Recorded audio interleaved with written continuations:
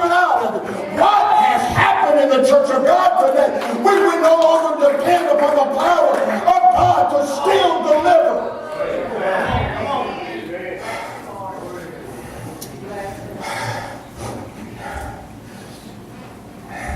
We try to explain our dysfunctions with medical terms and treatments. We got hospital psychiatric wards that are overflowing. We got marriages crumbling. We got children rebelling because of addiction. Got suicides in the church happening left and right. And the list goes on and on and on. That's the reality of Satan. Come on. God ain't done me no wrong. Amen. Maybe he done me wrong. He saved me. He sanctified me. Baptized me in the Holy Ghost. Wrote my name down in the book of life. And I got a one-way ticket on my way to heaven. Being stamped by grace. He ain't done nothing wrong to me. Every time I call upon his name, he's there. Every time I have a need, he'll meet my need. He is demonstrating that he's a good, good God. Amen. But what we're failing to recognize, church, that there's a devil on the loose who's bringing chaos and death into our lives. He's relentless. He's ruthless. He brings nothing but death and destruction. Amen. And under our Sunday morning facade, under our Sunday morning image, we try and present to everybody that everything is okay in my life, that everything is normal. But everything ain't normal. There is some abnormal things that are going on in your life. Your life is messed up. And what you are trying to do is find an escape. You're trying to find a way out. But I know a God in heaven that promised me, I'll make a way when there seems to be no way. I know that you're in the midst of something that you're trying everything you can to get out of. But what you got to understand, that the more that you struggle with it, the tighter things get in your life. What you got to learn to do is call upon the one and only that can deliver you. Yes, amen. Can I preach now for a little while? Take this. Come here, Scott.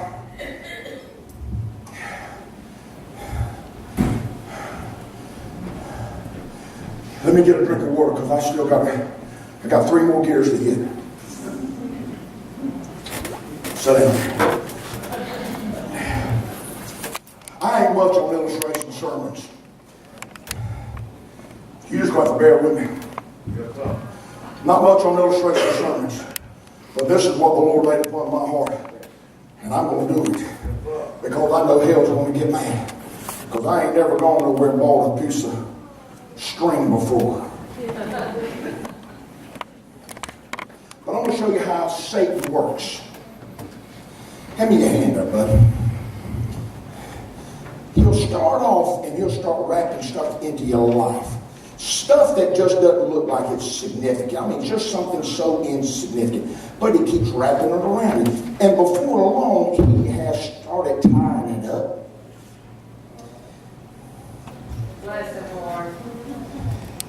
And before long, what you used to be able to do here, you can't do it no more because he's got control of that. Come on. This good preaching, I know you don't like it, but it's good preaching.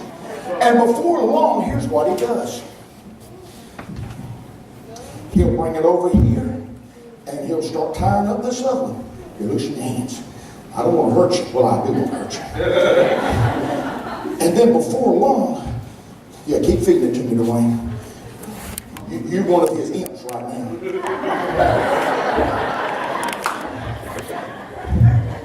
He'll start tying that stuff up.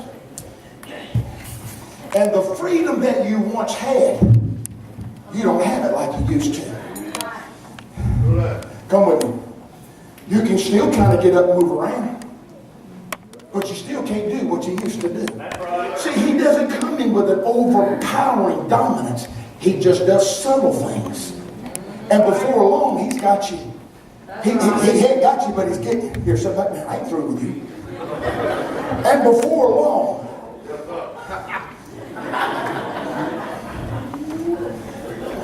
Bless you, Lord. come on, feed it to me. You ain't- It just gets worse and worse. You know, at one time you were just coming to church every Sunday. At one time you would get involved in everything. At one time you couldn't find enough stuff to do for the Lord. Yeah. But now he's already crept into your life. And now we only see you every now and then. You love me? I ain't through yet. I ain't through yet. But it keeps getting worse and worse. See, at one time you could kind of get up and function a little bit. But now you can't.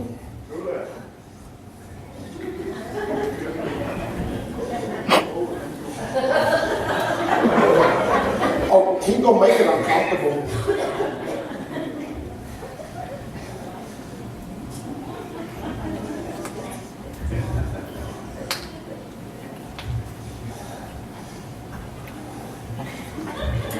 Dang, boy. That's uncomfortable, ain't it? But that's how he works. The devil doesn't stop. That's right. Come on. I know we're up in here on a Sunday morning, but he ain't stopped. I know some of you keep looking at your watch, wondering when he's going to finish. That's the devil.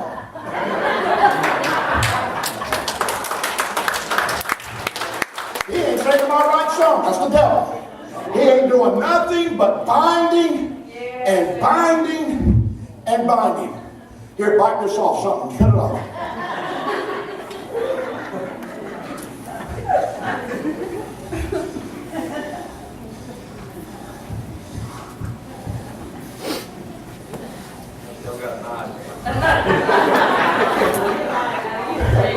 And now, you thought at one time you had some freedom. Try to get up, Scott. Now just try. You go ahead and laugh a little bit right now. That's what bondage is. You now lost your ability to do what you used to do for God. That's what bondage is all about. That's right. It starts out, it's simple. Then before long, and then when he's done with you, you're like this. Come on. And you will struggle and struggle and struggle. You get up out of there. Come on. You struggle and you struggle and you struggle. And it does nothing. It does nothing. And you think that God has abandoned you. Come on. You think that God has quit on you. Listen, give me just about, I'll get through when I get through. I'll give it back to you tonight. This past Wednesday, I got a call from Cherie. I shared some of this Wednesday night, but I didn't tell you all of it. I got a call from Cherie early Wednesday morning to come by the house and pray for her sister. Her sister desperately needed prayer. Brother Allen, Brother Caldwell, you know, when you get some calls like that, you know, you just go, well, we'll go by and I'll try to find out what's going on and we'll say a little word of prayer and we'll get up and get out of here. That's typically what happens when somebody says, Pastor, can you come by? I need for you to pray. That's what I normally do. When I walked up into that house, I saw Cherie's sister who was sitting on the couch. But what I didn't see was the bondage that she was under. Come on. As I began to talk to her, again, I go back now and I replay everything.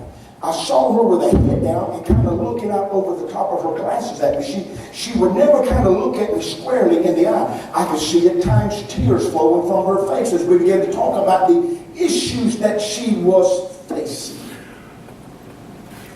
Faye Vincent came in about 10 minutes after I did. Faye went and sat on the couch next to Kathy. And again, we were just still talking about the issues that she was going through. And again, she began to cry and weep a little bit more. But then all of a sudden, I saw Faye as she took her left arm and put it around Kathy's shoulder and began to say a prayer. Immediately, I saw the right elbow of that woman push Faye off to the side and said this, "I don't like you. You need to leave." It was at that moment that Faye responded to Kathy, or who we thought was Kathy. We responded like this, "Well, I love you, but I'm here to see Cherie." And when that happened, all of a sudden, Kathy leaped from the couch onto the floor and began to slither like a snake. Make sure this camera is on me good, because this is going out. She began to slither like a snake. That's when I jumped and grabbed her, and then that's when Faye got her, and we wrestled with her until we could get her on the back. She was laying halfway in the living room and halfway in the kitchen. It was there that her countenance changed immediately. The tears were no longer flowing. I saw a picture of absolute evil that was looking at me, and it began to struggle. I sat back in the recliner next to me. I had a death grip on her left arm. Faye had a good grip on her right arm, and Cherie had already made her way up around her thighs to hold her sister down while she continued to fight. It had not really become apparent to me what exactly was going on. I thought it was at first an over-emotional woman, but again, when I saw that her countenance changed, I knew that it had nothing to do with emotions, but it had to do with the reality of Satan. Stay with me, I am going somewhere. As we began to call upon the name of the Lord, and understand something, I wasn't trying to quote scriptures. Come on. I just wanted that devil to recognize that Jesus was in the house. And the more that we yelled Jesus, the more that we shouted Jesus, she began to struggle more and more and more. I'm not a weak man. I'm not a very strong man, but I believe I can take a hold of a 64-year-old woman, and I believe I can hold her down until I got ready to let her up. But she struggled and she fought and she struggled. There were times that I would have to use both of my hands to hold her on the way that she was going. I didn't know if she was going to scratch my eyes out or whether she was going to scratch Faye's eyes out. I didn't know what was going on. I just knew that I was going to protect all that was there. She began to fight. All of a sudden, she's laying flat. All of a sudden, boom, sits straight up. Scares me to death. I don't mind telling you that. I hold on tighter with my left hand. I take my right hand and I slam her head. Somebody said, "Pastor, you ought to be polite. You got to understand. I was in a spiritual battle." Politeness has nothing to do with it. That's why most church folks today never have victory. You're trying to be polite and nice and kind to the enemy. You got to let the devil know who has the authority. I slammed that head back down on the floor and held my hand there. And all along I'm crying out, "Jesus, Jesus, Jesus." We're trying to get this devil out of her. After about 30 minutes of spiritual warfare. Again, us in the church, when we talk about spiritual warfare, we just talk about maybe church folks that don't want to act right here and there. We just want to talk about maybe when our children are acting kind of stupid every night. We really don't know what spiritual warfare is. I have a pretty good idea now what spiritual warfare is all about. We struggled with that woman for about 30 minutes. All of a sudden, she began to utter words. Here's what she said. She looked at me and Faye and she says, or it says, I wish I had that vile, demonic tone. "I'm going to kill you." Didn't say it once, said it twice. "I'm going to kill you." And then all of a sudden, her voice spoke out, or that demon spoke out this: "I'm stronger than the other one." And I thought, my Lord, I just fought 30 minutes with that one. Listen to me. I'm talking about the reality of Satan. "I'm stronger than the other one." And then all of a sudden, we'll pop this back up again. And we're fighting everything that Faye and I had to subdue this woman and get her back down. That head was twisting from one side to the other. And I could still see the image of those piercing eyes as they looked at me with absolute hatred and disdain. I could understand now why she was saying, I'm going to kill you. I'm going to kill you. I'm telling you, we fought and we fought and we fought with these two demonic spirits for over an hour and 20 minutes. Now please listen to this preacher. There would be some right now I call up and I'd say, unloose Scott. And you'd go up there and you try to figure out, okay, where am I going to start at? How am I going to get him loose? And after a few minutes you just get, well, I can't get him undone, I'm leaving. You still love me, but you know what I'm talking about. You would have given up on someone that was in bondage, someone that wanted delivery. But Troy, most of us church folks, once we couldn't figure it out, or once it wasn't going our way, we'd get up after we said our little lay me down to sleep prayer and let this person stay in bondage. That's the mentality of the church. Come on. I believe God orchestrated this in such a way that His timing was absolute perfect. Because Cherie and others, let me try it like this. There will be those with good intention that still can't get the job done. Come on. Now, just stay with me. They have the good intention, but they're not fully equipped to take care of the problem. You got to have what it takes if you're going to go against something like that. Go take your knife and start cutting him free. I asked Riley, did he have his knife? Because he always has a knife. You didn't get that. Because, see, some of us church folks, we need the Holy Ghost here. And then we'll just go home and do whatever. And then when we come back next Sunday, we'll get the Holy Ghost back up. So we want everybody to look like we got the Holy Ghost. But when you've got the authority of the Holy Ghost, when you have the enabling power of the Holy Ghost, He will equip you to go into places and set those that are held in bondage by the sin, by Satan. They have the power to cut loose, to release those that are in bondage.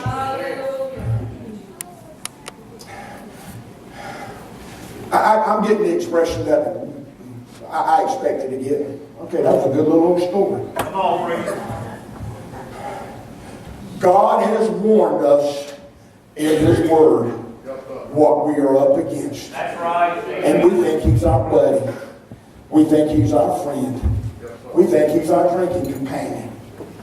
We don't realize He's a deceiver. He's a hater. He's a liar. And He's not doing nothing but bringing death and destruction.